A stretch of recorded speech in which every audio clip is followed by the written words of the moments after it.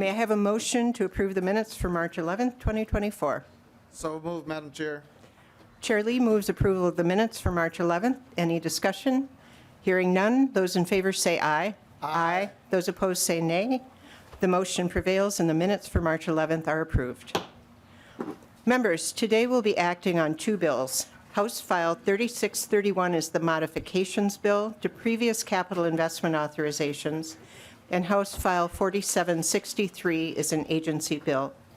We will also be hearing presentations on the Governor's 2024 bonding recommendations for the Public Facilities Authority, Department of Health, Pollution Control Agency, and Minnesota Historical Society. At this time, Chair Lee, would you like to move your bill, House File 3631? That is my motion, Madam Chair, to have the bill re-referred to the Ways and Means Committee. Chair Lee, there's a DE amendment coded A24-0217. Do you move the DE amendment? I do, Madam Chair. Chair Lee moves the DE amendment. All those in favor say aye. Aye. All opposed say nay. The motion prevails and the DE amendment is adopted. Chair Lee, you have an author's amendment coded H3631A5. Do you move the A5 amendment? Yes, Madam Chair. I also move the A5 amendment.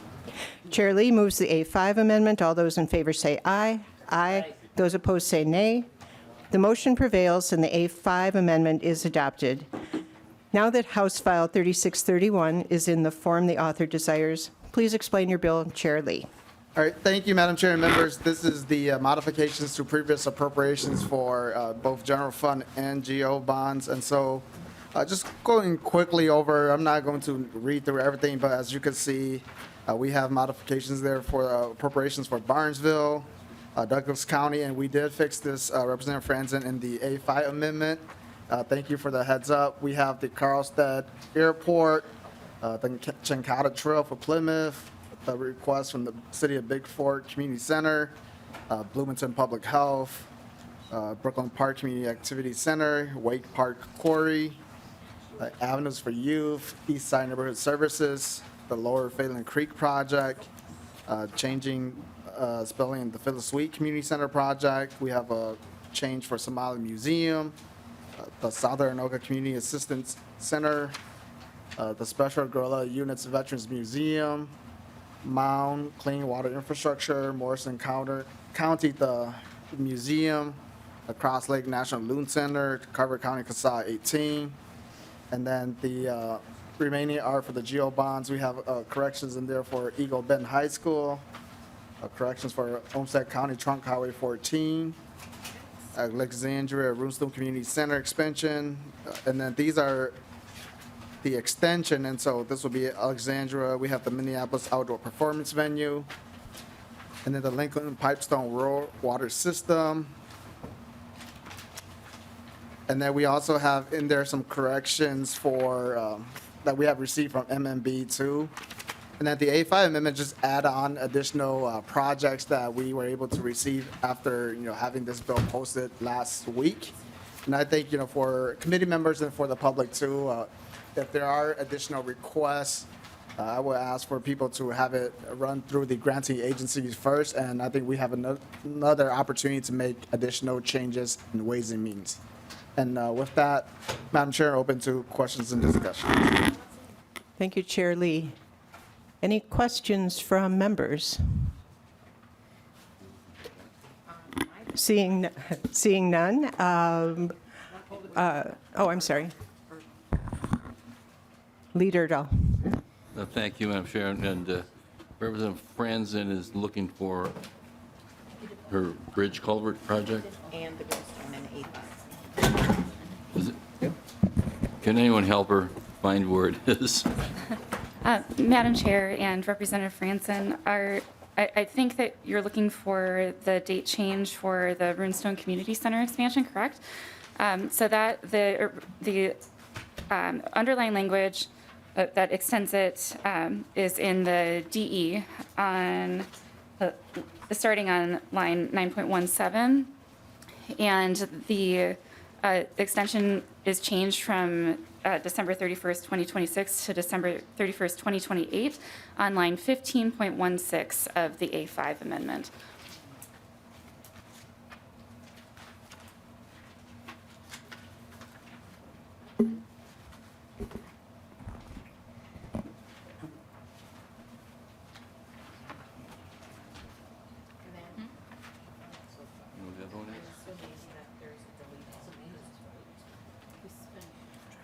Representative Franson. Thank you, Madam Chair. Could staff also point me to the correction for the US Highway 29, what line that is? It should say State Highway. Yes, so those amendments to the Douglas County section they start on line 2.33. It strikes US and puts in marked trunk. And there is another instruction on line 3.1 that removes the other references to US highway. All right. So thank you for your help with that. And then, Representative Franson. oh, sorry. I very rarely talk in this committee. Thank you, Madam Chair. So thank you, staff. And then also, thank you, Representative Lee, Chair Lee, for indulging me on my corrections. Thanks. Thank you. Leader Dahl. Thank you, Madam Chair. And you can correct me if I'm wrong, Chair Lee, but if by some chance something is missed today, either in here incorrectly or not in here that's expected to be, that can still be adjusted as we go through the process. Chair Lee. Madam Chair, Representative Erdahl, that is correct. So we will, like I have mentioned before, request any language changes to be approved by the grantee agencies and MMB first, and then we'll make sure to consider that as we move into Ways and Means. Representative Carroll. Thank you, Chair, and thank you, Chair Lee and staff, for making the corrections for Chancada Trail for Plymouth. It was intended to be that way when we passed it last spring, and I'm glad we were able to get it, we're getting it corrected now. Thank you. Okay. Okay. Chair Lee, any oh, you had a question. I Madam thought Chair. you were just commenting Well, I that your was, but- equipment was fixed. Thank you, Madam Chair. Could I just address the fact that something's wrong here? And, you know, maybe somebody could fix this at some point. I will survive now, but just let you know that we have an issue. Duly noted, Leader Dahl. Did you have another question? No. Okay. Just who can fix? Who can fix it? Well, the live entertainment is over. Chair Lee, any closing statements? Thank you, Madam Chair and members. Oh, Look I'm so forward sorry. to- I'm so sorry. Representative Hansen. Thank you, Madam Chair and Chair Lee, and maybe I missed this, but is there any correction in here that is not a capital investment correction? Chair Lee. Thank you, Madam Chair, and thank you, Representative Hanson, for the questions. Right now, we don't have any. I know that there are requests outside of our jurisdiction that are seeking for modification, namely, I think, projects that were funded in the transportation bill, you know, the Carlstadt Airport, and then project that was funding in the jobs bill, the South St. Paul Library, and so we're still under discussions with the Senate to see if we could include that in here as we move forward. Okay. Representative Zhang. Thank you, Madam Chair, and thank you, Chair Lee, for including language in here that includes the St. Paul Common Rec Center, where we know the Santa Foundation operates. So I'm very pleased to see that this language has been included, and to Ms. Nash, too. Chair, anyone else? Chair Lee, any closing statements? No, thank you, Madam Chair. Look forward to the committee's support. Chair Lee, do you renew your motion that House File 3631 is amended is referred to the Ways and Means Committee? That's my motion. Chair Lee renews his motion that House File 3631 is amended to, as amended, be referred to Ways and Means. All those in favor say aye. Aye. Opposed, nay. The motion prevails, and House File 3631, as amended, is referred to Ways and Means. Chair Lee, you have another bill on the agenda today, House File 3763. Would you like to move your bill? Thank you, Madam Chair. I move that House File 4763 be recommended to re-refer to the Ways and Means Committee. There are no amendments, Chair Lee. Please explain your bill. So thank you, Madam Chair. This is a request from MMB and the Governor's Office to push out the report here from January until February, and the intent for all of you is to have this as a vehicle bill should we need it in Ways and Means. Any All in questions? favor, say aye. Any questions from the committee? Seeing none, Chair Lee, do you renew your motion that House File 4763 be referred to Ways and Means Committee? Yes, Madam Chair, thank you. Chair Lee renews his motion that House File 4763 is referred to the Ways and Means Committee. All those in favor say aye. Aye. All opposed, nay. The motion prevails and House File 4763 is referred to Ways and Means. Thank you, Chair Lee. We will now move to state agency overviews of the Governor's 2024 bonding recommendations. We'll start with the Public Facilities Authority. Welcome to the committee, Director Freeman. Please identify yourself for the record and proceed.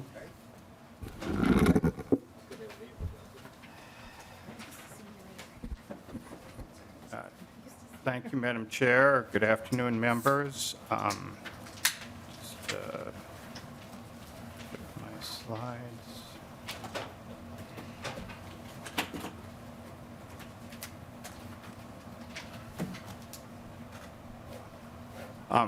Sorry about that.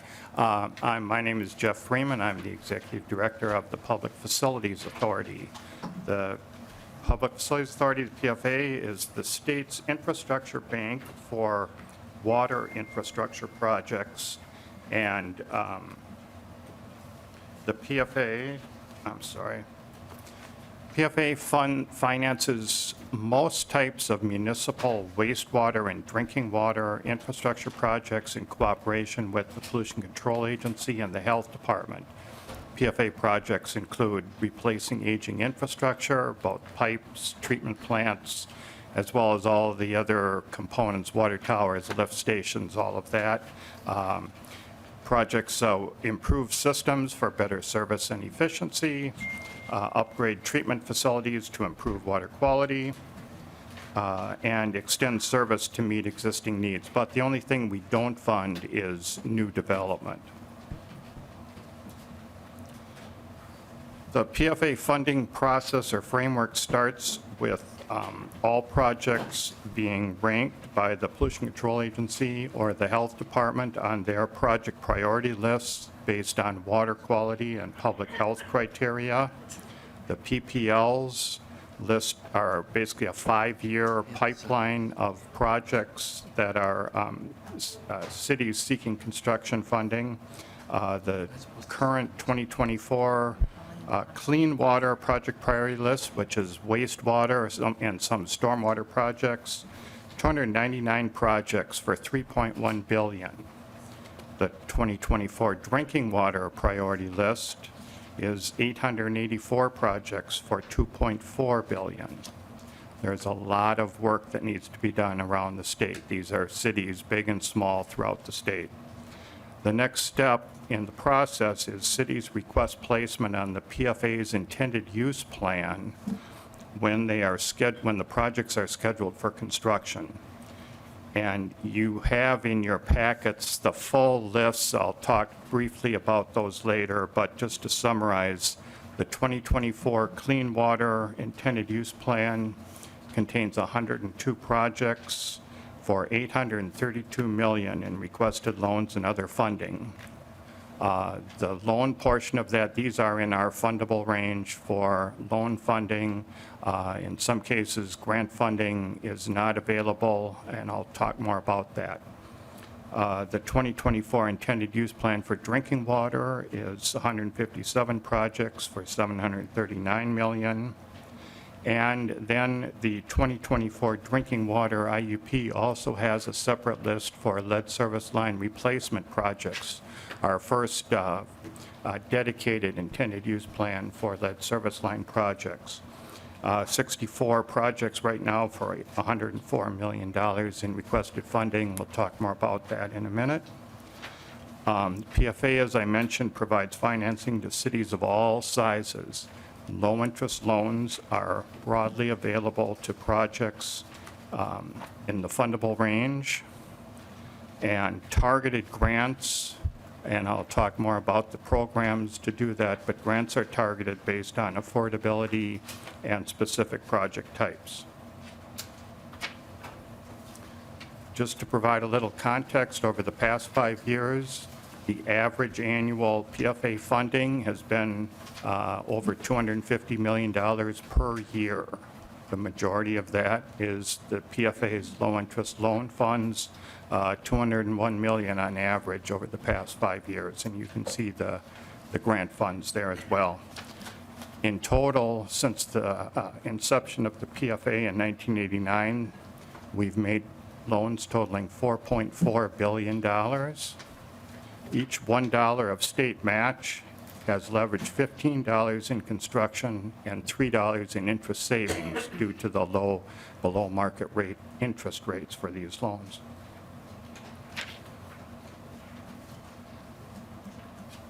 PFA has 3 main programs. The first and largest is the Clean Water and Drinking Water Revolving Funds. These programs, these loans are available for all types of PFA-eligible projects. They're supported by federal capitalization grants, annual federal grants, plus a 20% state match. The loan repayments revolve back to make new loans and pay off PFA debt service for the revenue bonds that we have authority to sell. The federal funds also include some principal forgiveness grants that are available for disadvantaged communities and green infrastructure. Then there are 2 grant programs that supplement those loan funds. The first is the WIF grant program. WIF grants are help cities replace aging infrastructure that would otherwise be unaffordable. The goal is to reduce the risk of major system failure. And the grants, because of the affordability criteria, tend to focus on the smaller communities because they do not have the user base to generate sufficient revenue through their enterprise funds to operate and maintain their systems and do the capital improvements they need to do. So that is the real target for that WIF grant program. WIF grants are packaged with PFA loans, also with, we do some matching grants with USDA Rural Development that also has loan and grant programs that focus on small rural communities. Next is the Point Source Implementation Grant Program, the PSIG program. That program helps cities upgrade their water treatment facilities to improve water quality by meeting more stringent permit requirements. Eligible projects include projects to treat specifically for pollutants like phosphorus, mercury, chlorides. There are others as well. Only the project components that are related to providing that increased level of treatment are eligible for the PSIG grants. And then, as you know, we have a new program. The Lead Service Line Replacement Program was created last year by the legislature to deal with the problem of drinking water lead service lines. The health department estimates there's roughly 100,000 lead service lines in the state. Our first intended use plan, as I mentioned, has 64 projects in 42 cities for $102 million. Many of these projects are right now preparing for bidding and construction start this summer. The resources for the program, the state appropriated last year $240 million. 10% of that is used by the health department to help cities do inventories of their lead service lines. And then there's federal funds through the IIJA over the next 5 years, roughly $200 million. The number moves a little bit, but though again, significant funding specifically dedicated for lead service lines with 10% available for the inventories that cities need to do. This is has been a challenging program to develop, and we've been working hard over the past year to be ready for this first major round of projects this summer. One of the challenges is that the ownership of lead service lines is split in most cities between the private portion and the public portion, and that presents significant financing challenges that we've been working through. Also, of course, cities don't always know where the lead service lines are, and that goes to the inventory question that before they can replace them, they need to know exactly where those lead service lines are. And so that's part of the process of doing those inventories, and Health Department is providing assistance to cities to help them do that. Overall, between the federal and the state funding, the state program combines those funds to replace the lead service lines at no cost to the property owner or to the city. The state has set a goal of having all lines replaced by 2033 and having that combined effect of federal and state money with no cost to the property owner or cities. That's a major factor in being able to move these projects quickly and meet that 2033 goal. The governor's 2024 bonding recommendations for PFA is a total 109 million, just over 109 million. The first request is for state matching funds for the Clean Water Drinking Water Revolving Funds, 39 million. Will unlock 196 million in federal funds between the last 2 years of IIJA, as well as the regular base funding that the PFA receives for the state revolving fund programs. The WIF grant program, 23,485,000. The point source implementation grant program, 18,527,000. And then there is a new program that is proposed for emerging contaminants. The governor recommends $18 million to get that program started for, well, right now the initial priority is on manganese treatment, but very quickly there'll be projects for PFAS, treatment of PFAS substances or removal of PFAS substances.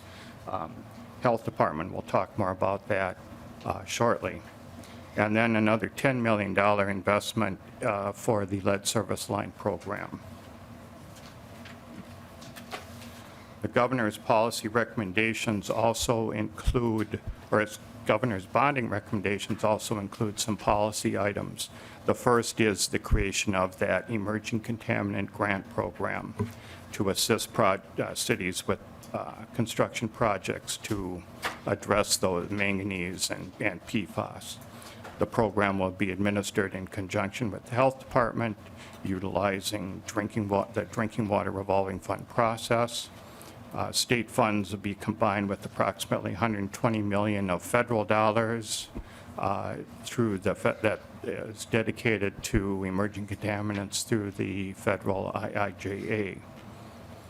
The governor also recommends increasing the grant caps for the WIF and the PSIG grant programs. The recommendation is to increase the WIF grant cap to a maximum of $10 million from the current 5, and the PSIG program to a maximum of 12 from the current 7 million. Finally, there are some changes recommended to authorize within the state revolving funds, authorize clean water principal forgiveness grants for projects to address emerging contaminants on the clean water side, the wastewater side of things, and that's requires some creative thinking and some work. The Pollution Control Agency is looking and exploring ideas for how those funds could best be used. One of the things that they're looking at is using those funds to provide treatment for leachate from landfills, pre-treatment, I should say. There's also a proposal to authorize drinking water principal forgiveness to help cities deal with maximum contaminant level requirements. A few small communities, small projects around the state have issues with arsenic levels, radium, some of those issues, and these grants would be targeted to those projects. To give you an update or a view of where we're at so far this fiscal year, you can see at the beginning of the fiscal year, July 1, the funds that were available for the PFA clean water programs, the amounts that have been awarded and the amounts that are reserved. PFA under the funding process, we do not make a funding award until a project is ready to start construction. So the awards we've made, those are all projects that are already under construction.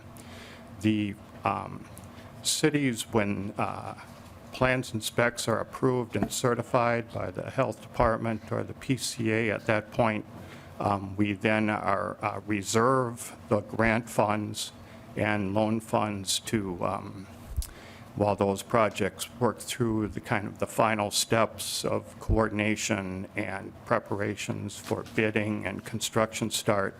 And that's what that, those reserve projects or reserve column of funding, those projects will be underway for construction this summer. And then finally, the drinking water program, similar list of where funds are at currently this fiscal year for drinking water loans and grants. Also in your packets, as I mentioned, you have copies of the full PFA funding lists, and they're get a little complicated. I'm happy to answer questions at any point, but basically what you have is the 2024 intended use plan list that lists out the projects eligible for PFA loan funds, as well as estimated funds for the various grant programs that I mentioned, some other funding as well. Projects that you see that have a shaded row all the way across have been awarded and are under construction. Projects with, in some cases, some of the grant funds that are listed, you'll notice are in a lighter font and an italics font. That means that those grant funds are not available. Those cities are eligible for grants, but the funds are not yet available. Hopefully, with the additional appropriations this year, more of those projects will be funded. You also have breakout lists for the WIF and PSIG programs that provide more detail for those programs. Again, you'll see a shaded row when projects have been funded. You'll see shaded cells when grant funds are reserved, but the project's not quite yet ready for construction. You'll also see a column for the USDA Rural Development matching grants through the WIF program, and you'll be able to see what cities are there eligible for those grants as well.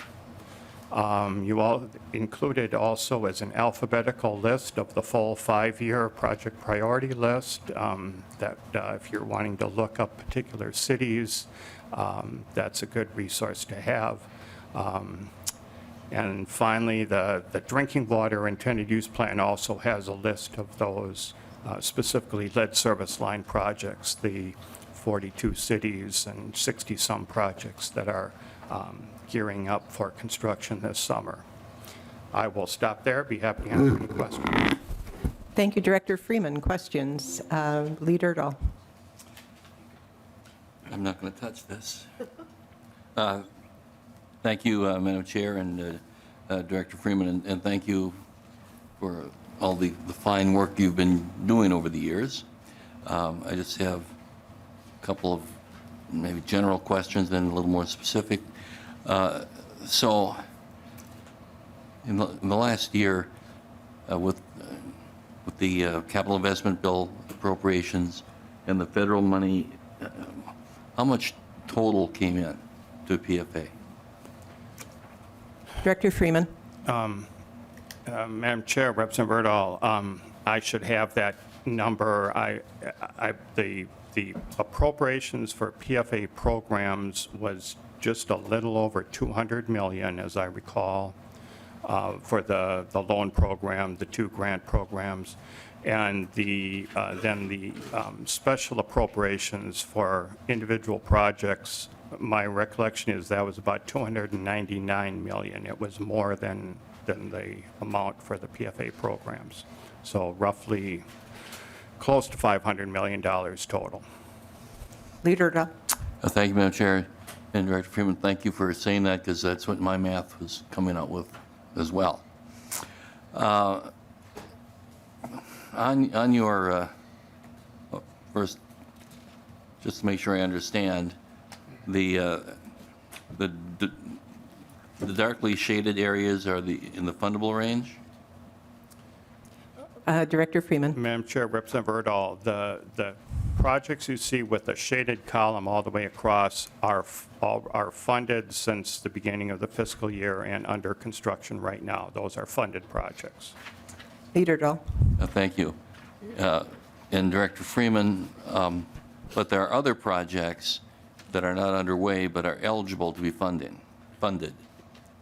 Director Freeman. And how are they identified, please? Yes, Madam Chair, Representative Erdahl, if you look at those WIF and PSIG lists in particular, those grant program breakout lists show the funds that are awarded and reserved, and then a little below that is a dotted line basically that shows how far the current funds could reach. So with last year's appropriations, we were able to fund all of what we call the carryover projects, the projects that had their technical plans and specs approved and certified by the end of last fiscal year. So all of those are now fully funded with respect to PFA loans and grants. Not all have been awarded yet, but the funds are available. And then as we get into new projects on this year's intended use plan, the new projects that haven't yet received the plan and spec approvals, but we've started to calculate those estimated grants, that's where you'll see a dotted line. The current funding does not go down very far onto those new projects, so there is a need for more funding. Leader Erdahl. Thank you, Madam Chair. And Director Freeman, in the past, you've given us the point numbers and the range of that, they are eligible, like, up to 150 or whatever it is. Do you have that for these, like the Clean Water Project Priority List? What numbers are eligible? Director Freeman. Madam Chair, Representative Erdahl, the easiest way to show that is because each program has sort of a different fundable range. So on page 7 of the packet is the wastewater WIF grant program breakout list. And as I said, it shows the funds that have been awarded and reserved. And currently that dotted line for the new 2024 projects comes down to roughly project number 11 on the priority list of the new projects. Hanley Falls, I believe, is where I'm seeing that line. So again, so PFA funding follows the priority list, but we also follow a readiness to proceed. And readiness to proceed is dependent on projects having their plans and specs prepared by their consulting engineer and then getting those technical documents approved and certified by the health department or pollution control agency. So that's, once they have that certification, then that meets the milestone for readiness to proceed, and we're able to start reserving funds to the extent the funds are available. One more. Representative Erdahl. Thank you, Madam Chair and Director Freeman. And just one more question, and that is, in light of all the funding that you received, like nearly 500 million, are you able to spend that in one biennium, or do you have money left over at the end of the biennium? That, Director Freeman. Madam Chair, Representative Erdahl, of the PFA program funding, about 200 million, as I recall, that money is either all spent or committed to projects, and that's what those lists show you with the shaded rows and the shaded cells. Those are the funds that were received last session, as well as the federal funds that are available for those purposes. And all of those funds are now awarded or committed to projects that are presumably would be ready for construction this summer. Representative Scraba. Thank you. Thank you. Thank you, Madam Chair. Director Freeman. I jotted some questions down, and I should have been following along, but out of the total dollar amount up to 2033, that's the goal, right, for fixing lead? Are you dividing it a certain percentage every year? Or are you trying to do as much up front, and then how are you dividing that money up? Director Freeman. Madam Chair, Representative Scarba, our plan is to fund projects as soon as cities are ready to go. So we're not holding anything back. We're going to fund as many projects in cities as are ready to go. There are, as I mentioned, 40-some cities on the current list. We are starting to take now requests for next year's list, which I expect will be more. We'll continue to fund those projects with the funds that are available. I fully expect that between the federal and state funds, we will be able to fund all of the projects for at least 2 to 3 years. And it really kind of largely depends on how quickly the cities are ready to go with these projects. But our plan is to fund all of them, and as much as possible, have the funding ready when cities are ready to go with their projects. Madam Chair. Representative Scraba. Thank you, Director Freeman. So you're anticipating first couple, 3 years, we have enough money, and then if there's not enough, are you going to, or what's the plan? Do you have a plan? Director Freeman. Madam Chair, Representative, just like with all the other programs, we look at the projects in the pipeline and prepare our capital budget requests based on what we see as the needs for the coming 2 years. And so we will continue to do that and request more funds as they're needed. Representative Scraba. Madam Chair, I got your humor too. That's good. In the pipeline. Thank you, Roger. Yes. One of the comments you had, you're going to remove the PFAS. What's the plan to remove the PFAS? Do you have technology for that? Is there technology? Madam Chair. Director Freeman. Madam Chair, Representative Scarba, that's my colleague here from the Health Department will be able to talk more about that. I'm just the money guy. That later? Yes. Okay, thank you. Madam Chair, also, Representative Scraba. there's WIF and PSIG. Where are the extra dollars coming from? And I think it was the Health Department I wrote down. I don't know why I wrote that in there. Is there extra dollars coming for WIF and PSIG? Director Freeman. Madam Chair, the governor's request has funding requests for WIF and PSIG. I think I mentioned there's also the federal dollars and specifically, well, lead for sure, lots of federal dollars, but also the emerging contaminant program. There is dedicated federal funding, some of it through the PFA's Drinking Water Revolving Fund. Some of it is through a separate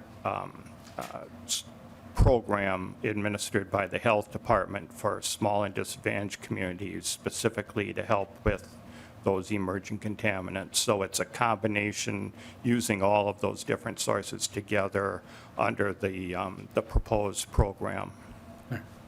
That's it, Madam Chair. Thank you, Director. Thank you. Thank you. Chair Lee. Thank you, Madam Chair. And Director Freeman, I think first question is more just understanding your current policy. So as we travel across the state, community asking for direct appropriations are saying that, the request from the state is about half.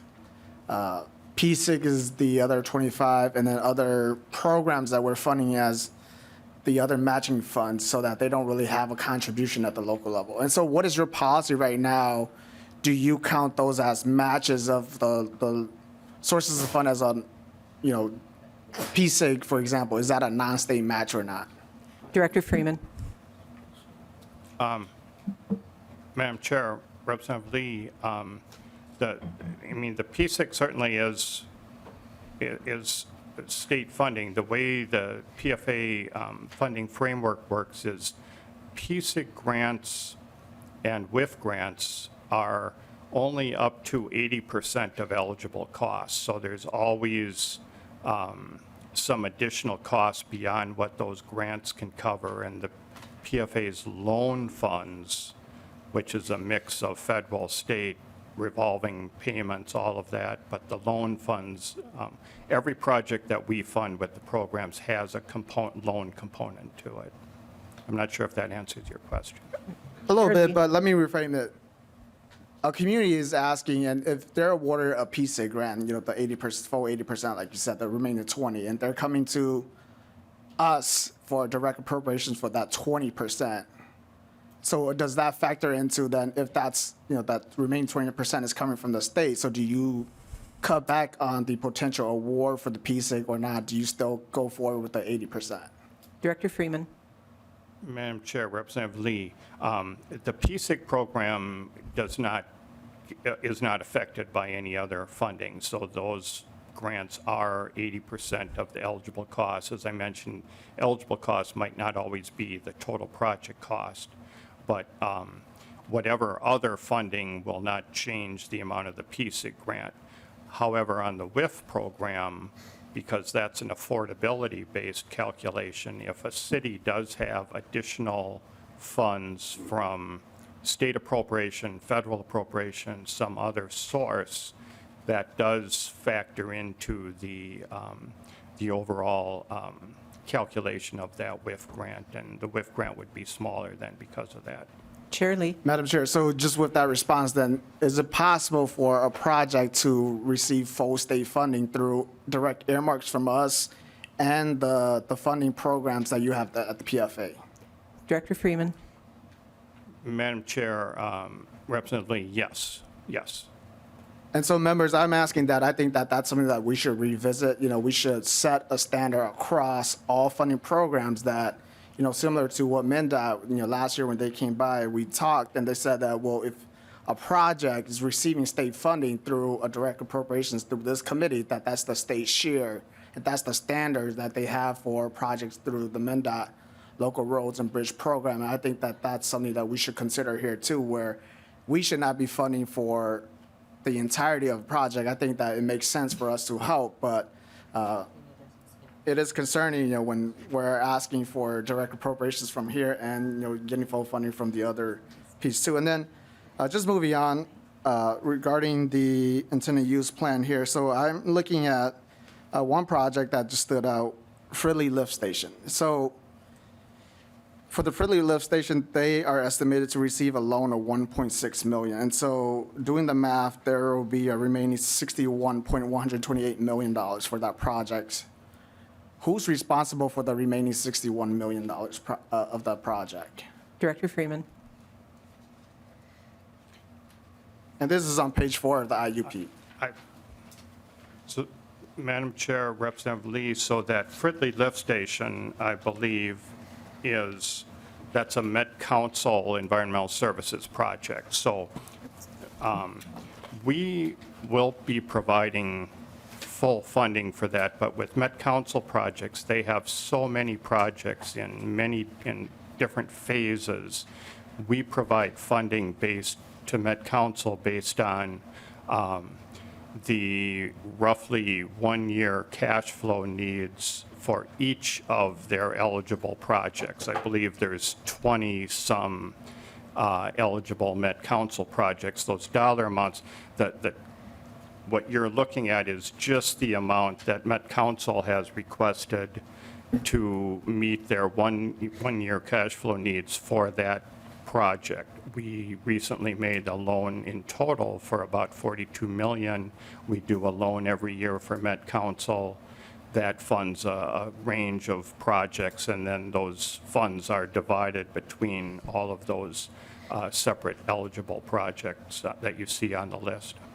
Chair Lee. Madam Chair, so this Fridley lift station, the $62 million project, and so throughout the entirety of the project, it will be funded through PFA loans, you're saying, and that local communities don't have to make a contribution to that then? Director Freeman. Yes, absolutely. Madam Chair, Representative Lee, the PFA will be funding the total costs through loans to Met Council, and so there is no additional cost to the city of Fridley or other users. Chair Lee. All right, Madam Chair, I guess last question so that we can move on. And so just to the questions about capacity, since we did ask the Met Council last weekend when we met, I brought this forth too, and just want to put it on the record. You know, the Met Council said that they came in with a low request for I&I because of the capacity of the contractor community here in the metro area. And doing the math similar to what Representative Erdahl said, over 500 million, most of them are in for the direct earmarks, most of them are not in the 7-county metro area. And so is that a concern for the PFA that we may not have the capacity in greater Minnesota to take on those appropriations that we passed in the 2023 dollars, or is that not a concern? Director Freeman. Madam Chair, Representative Lee, we certainly have seen an increase in bid costs. I mean, obviously there's a lot of projects in the pipeline. The demand has increased. Federal infrastructure bill, lots of state money. So all of that does put pressure on the overall construction industry. Contractors are working on gearing up. I know that LIUNA, the union, is working on training more workers for the construction industry. Consulting engineers are hiring people. Everybody's gearing up. We've certainly seen rising costs, but we have not seen a situation where a city advertises for bids and doesn't get any bidders. That would be obviously a real concern, but we haven't seen that. What we've seen are some rising costs, and that's to be expected. Quick comment, Madam Chair. So, I think that as we make a decision as a committee on how much we put into I&I, how much we put into the PFA, I think that that's a consideration that we should not be, I guess, afraid that we don't have the workforce or whatnot. And if we use that as a justification for why we don't want to put funding into I&I, then I think that we should make that same consideration for what we put into the PFA programs, and vice versa. And so just wanted to put that out there for us as we continue to move forward in putting a budget together. Thank you, Madam Chair. We have 4 more people on the list, so we'll keep moving along. Representative Hansen. After several years of trying to press this point about using a different criteria to actually do what other states are doing for both the federal money and the state money, you know, and being told, oh, you don't need to worry about reaching underserved communities because we'll just take care of it. Here we are in the IUP on these programs, and I just think we probably need to rename the Public Facilities Commission to the Greater Minnesota Public Facilities Commission. I'll second that. I think, I'm serious, because this is not going to the 7-county metro area. It's not going to communities that are poor. You put a token project in every so often. But we were told on the lead service lines that, oh, if your communities have done the inventory, they're going to be in the list. Nope. So we either have to have parity by statute to get these projects and programs that are supposed to be for the whole state. So if you're in a metro area, you're going to get a loan, and your property taxpayers are going to have to pay that loan. But if you're in Greater Minnesota, you get free money. And as Chair Lee said, then you come also back to get an earmark. So there's no cost. This is very interesting, the data here, because I'd encourage everyone to really look at it and see what the results are. Director Freeman. Madam Chair, I'd just like to point out, we, as I mentioned, we just did $42 million loan to Med Council. We do a loan of similar or more size every year. That loan was less than 2%, I don't remember the exact interest rate, but significantly better than even AAA-rated Met Council could get on their own. There is significant interest savings there. We are, the city of St. Paul is rebuilding their McCarran's Lake drinking water treatment plant. That is a $200+ million project. PFA is financing the majority of that. You can see those numbers on the list. So we are providing significant funding to metropolitan cities. Those are loans. Everybody else gets grants. Anything further, Representative Hansen? Nope. Okay, thank you. Representative Franson. Thank you, Madam Chair, and I knew I'd have to follow up after Representative Hansen go next here. So my question to the testifiers there, Mr. Freeman, I'm looking at the Clean Water 2024 project priority list here, and obviously there's a lot of projects here. I see there's one at 299 on priority. My question is, what is the cutoff? Is it like 1 through 50? Is it number 200? Could you give the body an idea of what we're looking at here? Director Freeman. Madam Chair, Representative Franson, so on the drinking water list, we fund projects all the way down to 7 points on that priority list. There are some projects ranked below that. We unfortunately can't provide loans for everyone, but the top 3/4 of that priority list, those projects are all in fundable range for loans when they're ready to go to construction. On the clean water list, the wastewater list, the cutoff is 40 points. Again, we can't fund everybody. We can't fund the projects below that, but the vast majority of projects are in the fundable range for low-interest loans, and the majority of projects that we fund, both outstate as well as metro area, the majority are loan-only projects using those low-interest loans and the lending capacity that's been built up in those revolving funds. Representative Franson. Thank you, Madam Chair. Mr. Freeman, so could you just walk us through here? So you're saying you go off of the points? And then, so I'm looking, and I think you said 7 points? Director Freeman. Yes. So, So Madam Chair, Representative Franson, so on the clean water list, it's 40 points. So if you're looking at that, Yep, I'm looking at the 40, at the clean water. at that alphabetical list, and I don't have the whole PPL in rank order, but you'll see it on the intended use plan where we are funding projects this year, eligible projects that are down to 40 points. Projects below that are not eligible for funding. But the majority of projects on the overall 5-year project priority list are above 40 points and are in fundable range. Representative Franson. One final question, Madam Chair. Thank you. Thank you, Mr. Freeman. How many, if a city is on the PPL list here for points, what is the average amount of years it takes for a project to get funded if they don't have enough points? Director Freeman. Madam Chair, Representative Franson, so the projects that are above those cutoff lines that I mentioned, the 7 points and 40 points, the cities, the timeframe is up to the city. We'll fund the project Okay. whenever they're ready. Got it. The lower ranked projects, the ranking is based on public health and water quality, so it's not like they get additional point. The longer they've been on the list, they move up. It doesn't change in that way.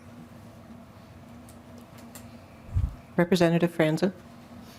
Representative Kozlowski. Thank you, Chair. And to our testifiers, I have a couple of questions around the water infrastructure programs, and something that we heard a ton as we went on our tour in, I know, across Minnesota. We're facing obviously a housing crisis. We talked with many communities that want to expand their tax bases and adding businesses and new housing, whether that's affordable or workforce, but they can't because infrastructure constraints and capacity is at their maximum, and the financial challenges of paying for that. I'm curious if you can help us understand out of the buckets of funding here, say you want to add a multi-unit family or a community wants to add more housing capacity, are these funds available for things like sewer and drinking water and stormwater? Is there a particular one geared towards housing infrastructure or businesses to be able to tap into that for communities? Director Freeman. Madam Chair, Representative, not directly. We finance a lot of projects to replace aging sewer and water pipes, and those can be then, in some cases, resized based on projected growth and needs. So that's something that we do fund, but actual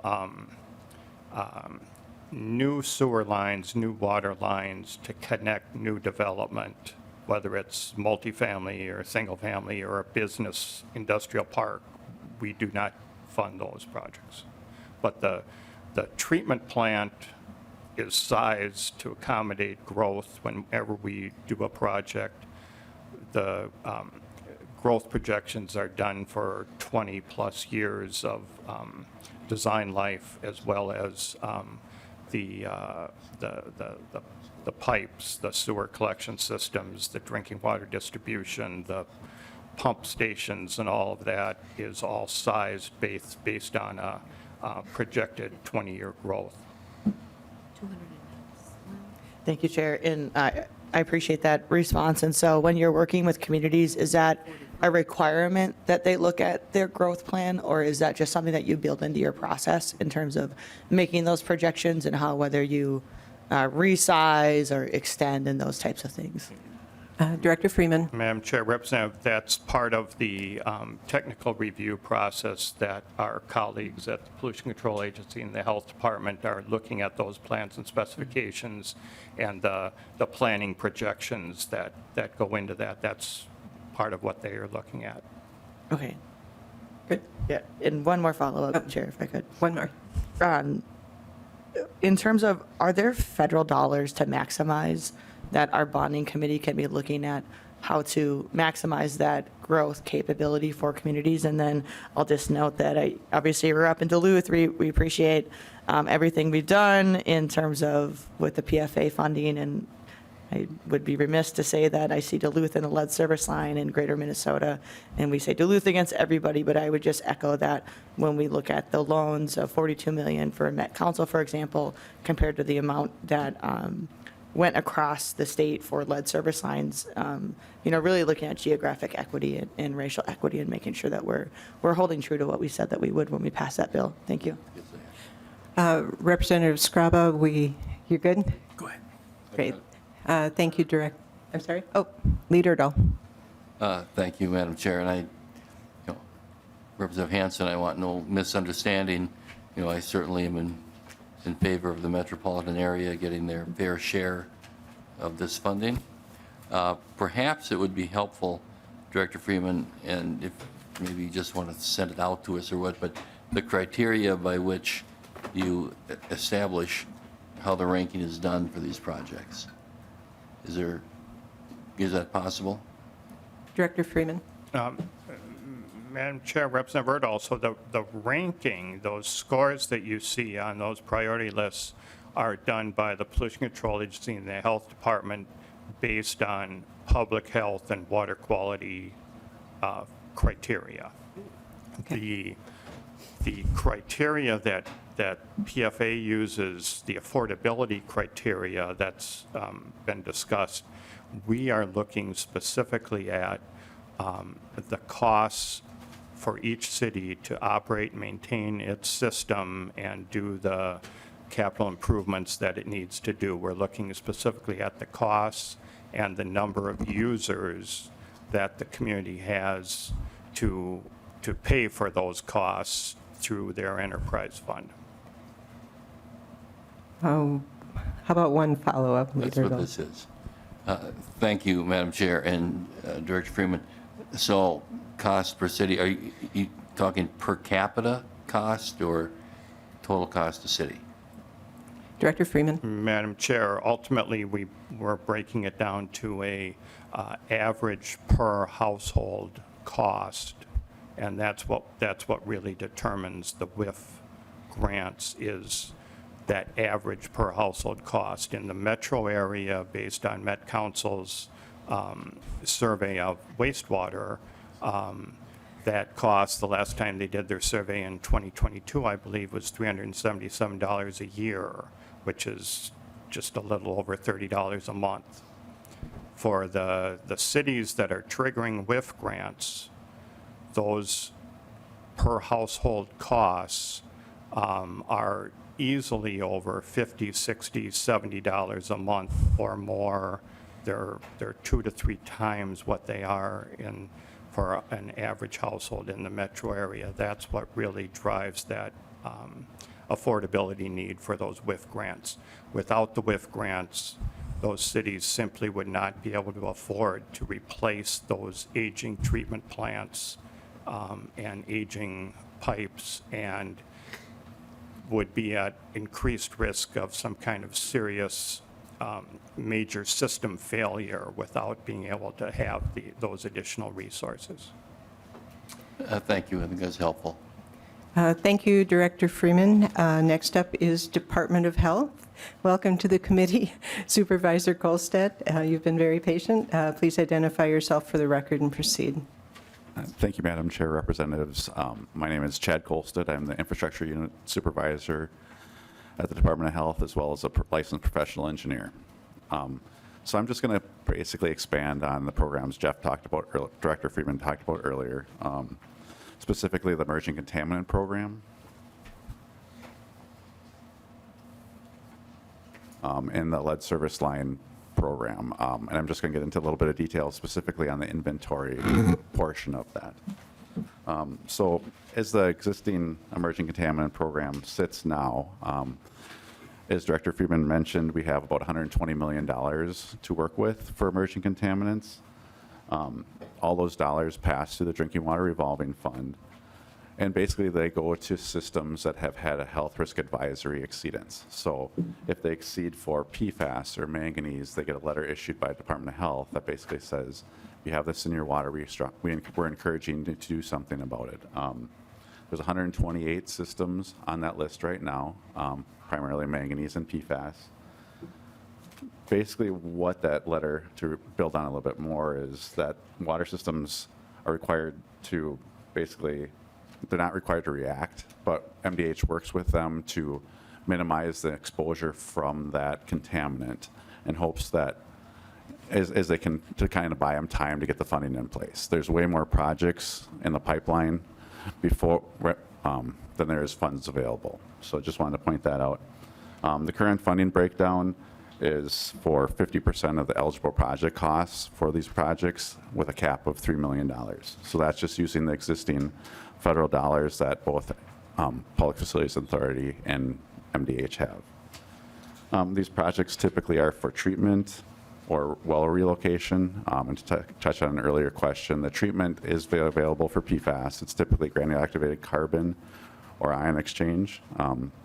So it is available. Sometimes there is pre-treatment necessary in front of that ion exchange or carbon treatment. It depends upon the situation. What the proposed grant program is just to basically expand more resources to the existing program. Same thing, follows the same process, goes through they have to have a health risk advisory issued to them. It's just now partnering the state and federal dollars to get that grant up to 80%.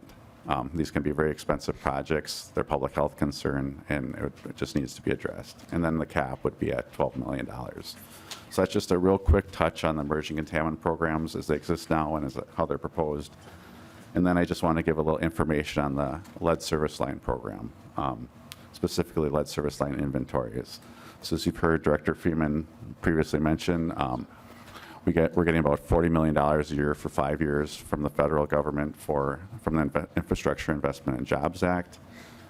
Last year, the state provided $240 million for additional funding for these program, for the lead service line replacement program. Those funds can be used both for inventory assistance, so 10% for inventory assistance, which MDH is managing, as well as lead service line replacements. Just as a little reminder what a lead service line is, it's the line that provides water from the water main out in the street to the meter in the house. So this is what we're talking about. It's buried infrastructure. It's hard to know what that material type is. So that's one of the big challenges with lead service line inventories. As of December 16th, 2021, EPA finalized the lead and copper rule revisions, which basically require all systems to complete a service line inventory by October 16th, 2024. As Director Freeman mentioned, we're estimating about 100,000 lead service lines across the state. As we're starting to get some inventory information in from systems, we're expecting it to be possibly higher than that. To assist with the inventory assistance, we basically did a master contract with 18 consulting engineering firms across the state. The general idea is that these are firms that are familiar with the revolving fund process. So as they help these systems complete their inventory, they can also help them get on the path to get those lines replaced. So that work has started. We're trying to have those contractors complete that work by this fall and ahead of the October 16th deadline. Once that inventory is complete, either from the contractors or if the systems are completing it on their own, it gets loaded into the Minnesota Department of Health, a combined project with the University of Minnesota and the Department of Health called the Lead Inventory Tracking Tool.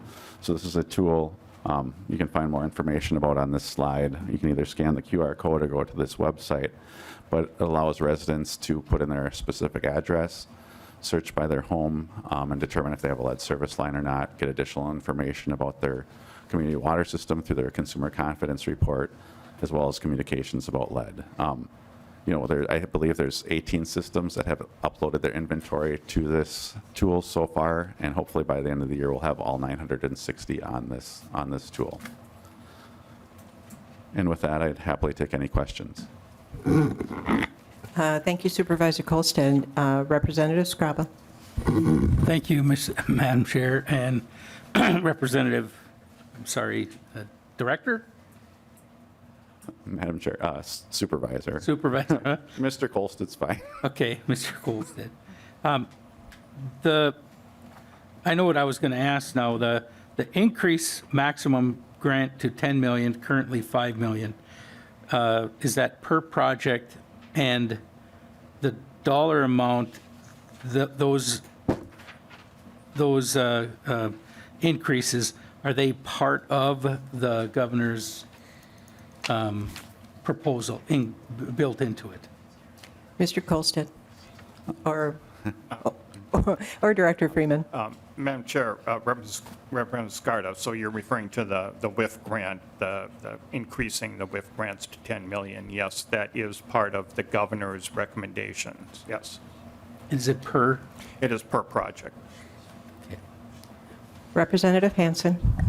Thank you, Madam Chair. And so the emerging contaminants and the lead service lines, do those have a affordability criteria? Mr. Colstead. Madam Chair, Representative, for the emerging contaminants, it's just fixed at 50% of the project cost, up to $3 million currently. The projects are public health projects, so they always rank very high on the system, on the project priority list. So we're able to get funding to those projects fairly easily. Similarly with the lead service lines, they're public health concerns, so regardless of financial need or other indicators, they are able to get funding to those projects because of the public health need.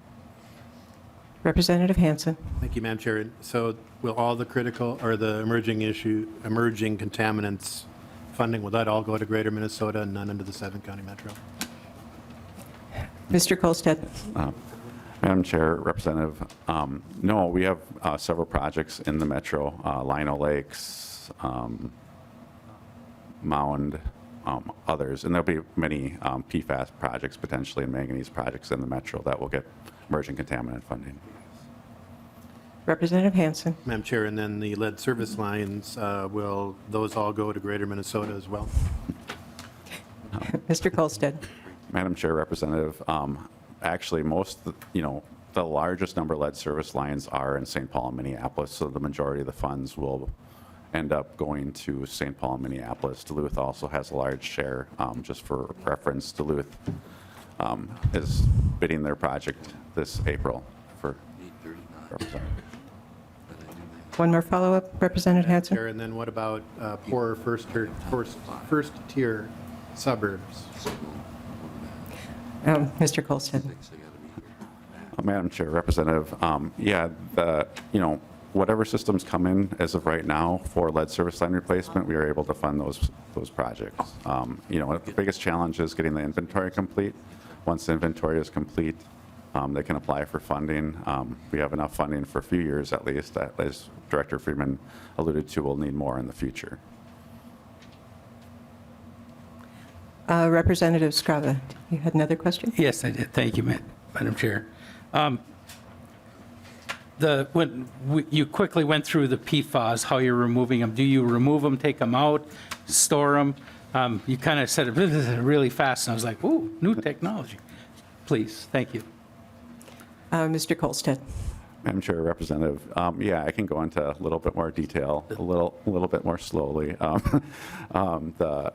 So it's actually I guess the best way to put it is if you wanted a black box to remove something, PFAS can be removed basically by that black box. It's a granular activated carbon is one of the best available technologies. So it's just like your Brita pitcher or anything else. That's what works to remove PFAS. The problem with that is you're kind of maybe alluding to is it does absorb onto that carbon, and you have to treat that carbon or remove the carbon. So once that carbon kind of reaches its absorptive capacity, then it has to be removed and replaced. So the O&M, operation maintenance cost of a filter for PFAS is fairly significant. And then once it's removed, it's taken to a facility and it's incinerated. There's a lot of studies on whether or not that destroys the PFAS. It has to be burned at a very high temperature to destroy the PFAS. So it's kind of an ongoing concern of what you do with the media. Okay. Thank you. Thank you. Thank you, Madam Chair. Thank you, Mr. Colstead. Next up is the pollution. Oh, sorry, Chair Lee. Thank you, Madam Chair. And Supervisor, just to that point about the incineration, do we currently have any incineration of PFAS in Minnesota? Mr. Colstead. Madam Chair, Representative, to the best of my knowledge, I do not believe we have anything capable of destroying PFAS in the media in Minnesota. Chair Lee.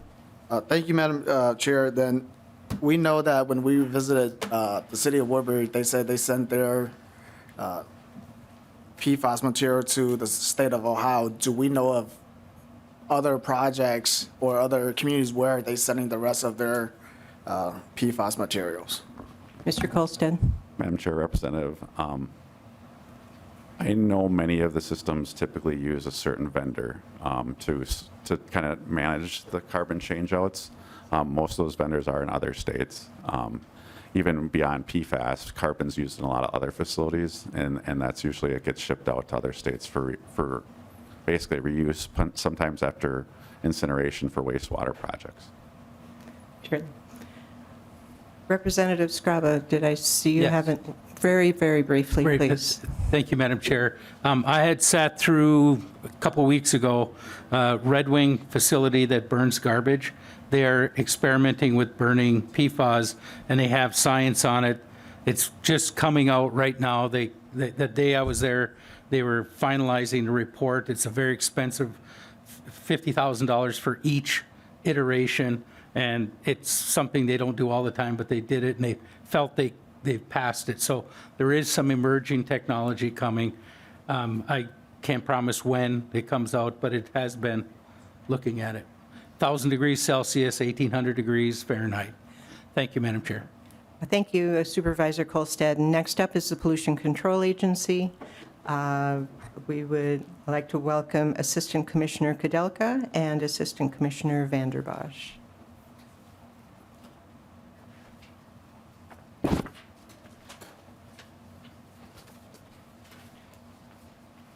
And members, we are, if needed, we will be going an extra few minutes, so please plan accordingly. Please identify yourselves for the record and proceed. Thank you, Chair and committee members. For the record, my name is Kirk Kudelka. I'm Assistant Commissioner with the Minnesota Pollution Control Agency. And I'm Dana Vanderbosch, Assistant Commissioner for Water Policy and Agriculture at the MPCA. And no, you're short on time, so we'll go through this pretty quickly here on some slides just to kick it off. A reminder of our mission. It's to protect and improve environment and human health. And this is our guiding principle on how we put together our budgets and our bonding requests, and you'll see that come through. We, as an agency, as a state, are facing very large generational problems, and we're going to talk about two of them here. Because of the work done by the legislature and the administration, we were able to make great steps in 2023, but more work needs to be done, and you'll see that specifically in terms of PFAS and nitrates, which we'll talk about in a little bit more detail. Overall, our request is for $12 million. You can see here a split of $8 million in general obligation bonds and $4 million in general fund request. And we'll get into more of the details of the two different projects. We've talked quite a bit about PFAS, and I know a couple weeks ago you had a presentation on PFAS, so I'm just going to, again, this is one of our main drivers and challenges here. What makes PFAS so useful in industrial and commercial situations is also what makes it so difficult to remove out of the environment. They are known as forever chemicals and cannot break down in the environment. And because they do bioaccumulate, they are able to be stored in fish, in humans, and they'll create additional problems. So that's where we come up on our first program here. You are familiar with MPCA coming before the committee. We're seeking funds for various types of Superfund projects, including drinking water projects. We really focus on the private drinking water aspect, where you heard earlier Department of Health and PFA work on the municipal drinking water systems. But through our work in various contaminated sites, we do run across situations where we have to address a number of private wells or very expensive private wells.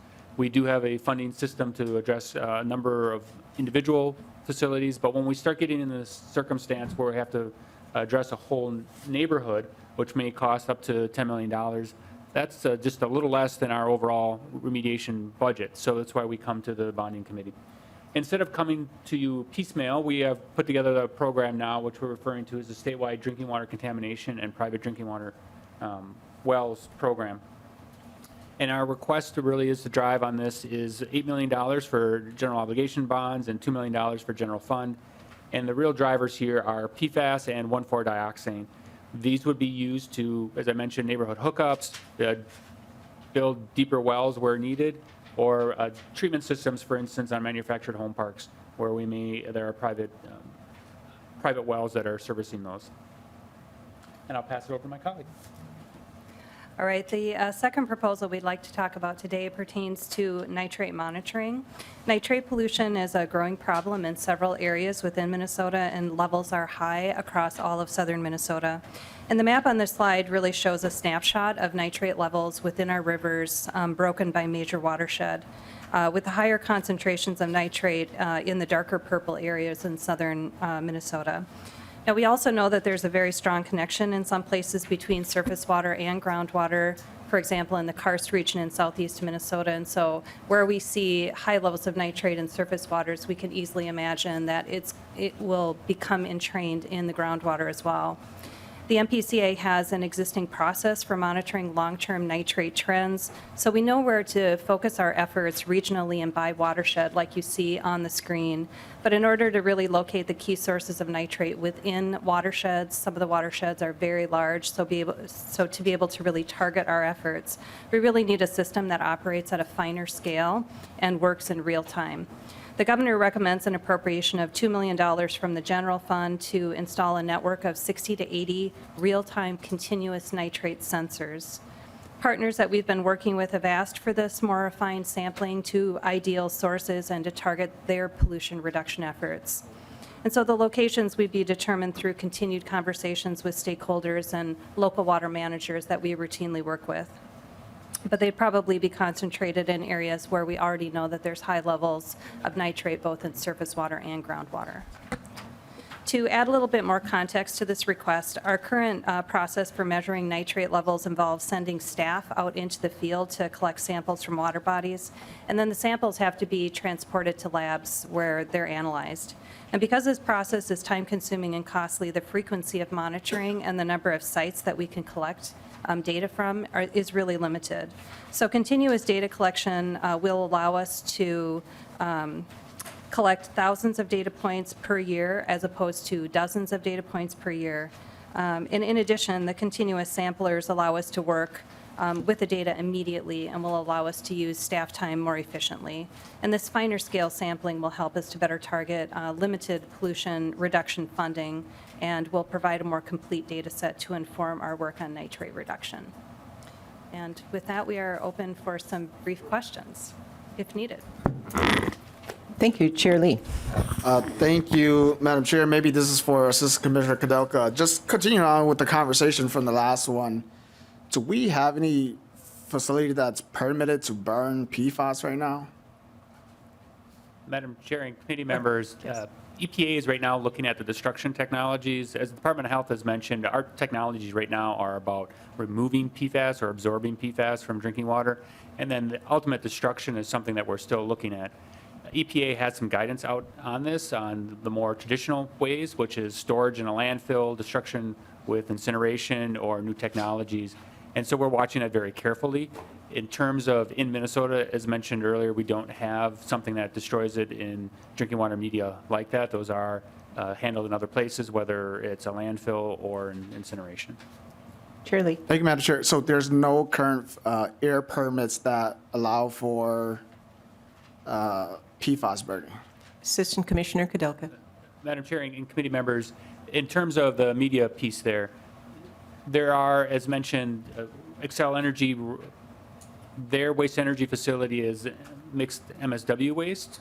So that is a different type of material going in there than, say, the destruction of media from change out at a GAC, a granular activated carbon system.